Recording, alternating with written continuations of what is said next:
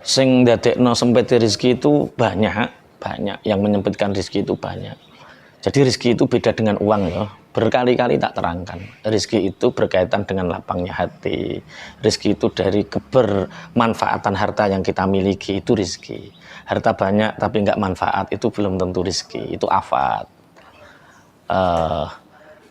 Jadi hal-hal yang menyempitkan rezeki itu sudah banyak dibahas oleh ulama-ulama salafun shalih. Termasuk di dalam kitab Ta'limul Muta'alim Ibrahim Az-Zarnuji. Sama ndak bertanya, aku nyapu bengi-bengi kok diseneni koncoku jarene nyempitno rezeki. Apakah benar seperti itu? Yang menyempitkan rezeki itu banyak. Di antaranya yang menyempitkan rezeki adalah pertama berbohong. Berbohong ini salah satu hal yang menyempitkan rezeki. Banyak hadis yang menceritakan bahwa dengan kebohongan itu akan menyempitkan rezekimu. Mungkin dengan berbohong kita mendapatkan uang, tapi hatimu sempit, kamu akan banyak ditinggalkan orang, sehingga ketika hatimu sempit dan banyak ditinggalkan orang, otomatis duitmu juga nantinya sempit. Jadi yang pertama, hal yang menyempitkan rezeki itu berbohong.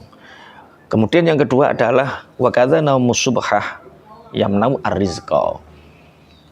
Ibrahim Az-Zarnuji mengatakan bahwa Syekh Ibrahim Az-Zarnuji mengatakan bahwa tidur setelah subuh itu bisa mencegah datangnya rezeki. Terus buk bantah, aku turu bar subuh terus bukti ini duitku akeh. Yang kita bahas rezeki bro, yang kita bahas itu rezeki. Orang yang tidur habis subuh, kenapa rezekinya tercegah? Dia kehilangan momentum keberkahan waktu setelah subuh. Dia kehilangan momentum, semangat ghirah menikmati kehidupan ini. Akhirnya tidur habis subuh itu mencegah rezeki. Lah biasanya kalau rezeki tercegah, yang lain-lain juga ikut. Uang bisa banyak, tapi hati sempit. Atau nanti setelah hati sempit, uangnya ikut sedikit. Naumus subhah, tidur setelah subuh. Kemudian wa kathratun naumi turisul faqra. Begitu juga dengan urip kok turu klimprak-klimpruk, klimprak-klimpruk. Akeh turu iku nyebabno fakir. Jadi orang yang rezekinya banyak itu orang yang punya ghirah, semangat kerja, etos kerjanya tinggi. Semangat. Bukan orang sing kakean turu. Wa faqrul ilmi, wong kakean turu itu di samping fakir harta, dia juga fakir ilmu karena menyia-nyiakan waktu terlewatkan begitu saja. Dalam sebuah syair, alaisa minal khusrani anna layaliya tamurlu bila naf'in wa tuksaru min umri. Jadi banyak sekali orang yang hidupnya rugi karena apa? Waktu berlalu dalam hal yang sia-sia, tidak ada manfaat. Iku tegese kanggo wong sing akeh turu. Kemudian wan naumu uryanan. Sing nyempitno rezeki iku turu udo. Dadi nek turu nganggo celana atau nganggo sarung, aja sampai turu dalam keadaan apa? Telanjang. Itu menyebabkan sempitnya rezeki. Wal baulu ahrinan sama. Ketika kencing kita lepas total. Artinya kencing di tempat yang terbuka. Bukan kencing yang di tempat tertutup.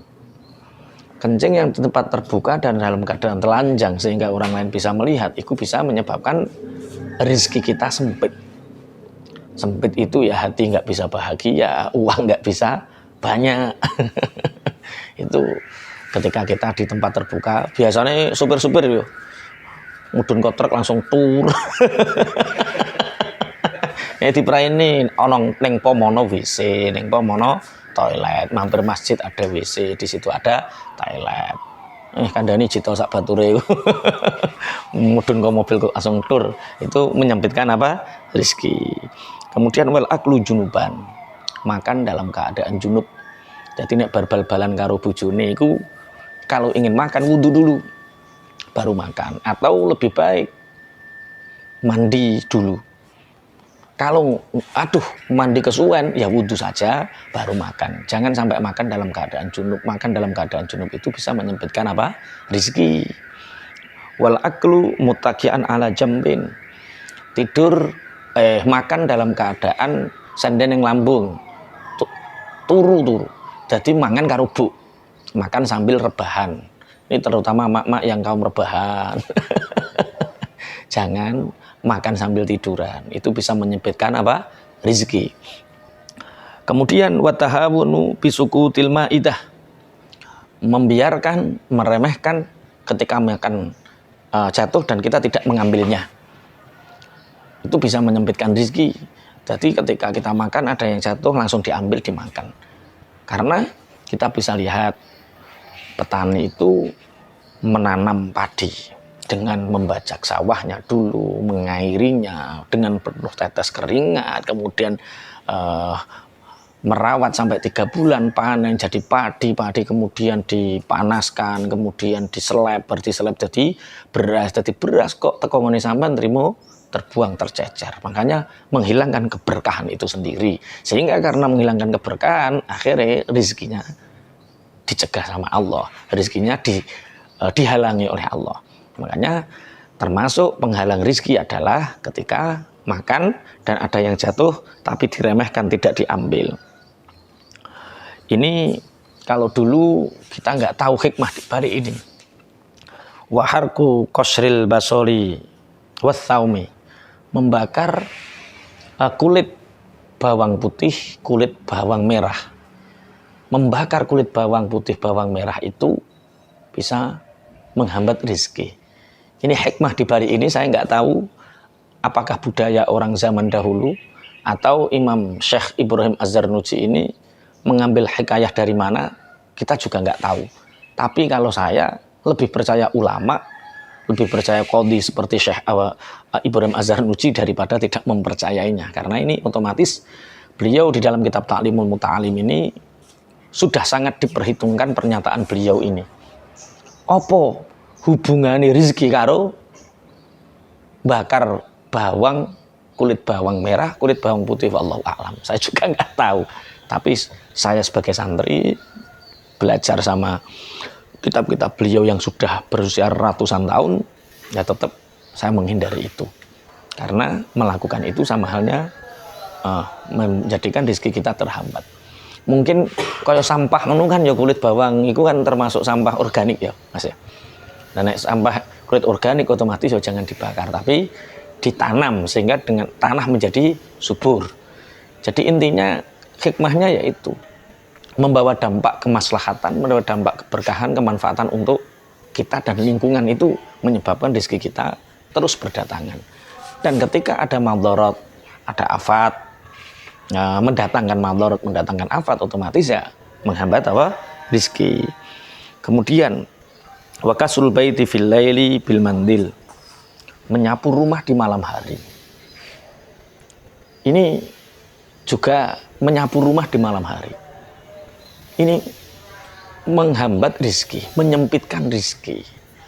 Terus ora usah mbok tanya, lah nek anakku nek bengi rusuh kabeh, ya segera dibersihkan saat itu juga. Pekerjaan saya malam toh Pak Yai, saya itu di warung. Kalau nggak saya bersihkan, ya itu beda lagi, konteksnya beda lagi. Tapi yang jelas, kasrul laili fil baiti bil mandili itu, jadi orang itu harus memantaskan diri. Kalau ingin rezekinya banyak, harta melimpah misal, ya kita memantaskan diri jadi orang kaya. Orang kaya itu ya rumahnya bersih, sebelum maghrib sudah bersih semua. Buktinya nanti di bawah, termasuk yang menghambat rezeki adalah akeh sawang-sawangan. Ya itu kan mentalnya orang miskin. Jadi ternyata kaya dan miskin itu sebuah karakter. Kaya itu bukan sebuah keadaan, punya mobil, rumah, bukan. Ternyata kaya itu adalah satu karakter. Kalau orang dikasih langsung mobil sama rumah tapi karakternya miskin, dia jadi miskin. Makanya menyapu rumah di malam hari menyebabkan kemiskinan, menghambat rezeki, itu berkaitan dengan melatih karakter kita sebagai seorang santri untuk selalu resian, untuk selalu memantaskan menjadi orang kaya. Guys, tapi omahku nek bengi kaya kapal pecah, wong anakku telu cek cilik-cilik, ya setelah mereka tidur ya dibersihkan lagi. Itulah mental karakter orang kaya. Tapi karakter orang miskin, roh kotoran ya biasa, roh omah kotor ya biasa. Nah, itu berarti kamu tidak memantaskan diri. Kemudian masih banyak. Watarkul kumamati fil baiti, meninggalkan sangsang melanding neng omah. Sangsang melanding ki opo bahasa Indonesia nih? Opo sawang. Ah, ada sawang-sawang di rumah ini. Rumah laba-laba.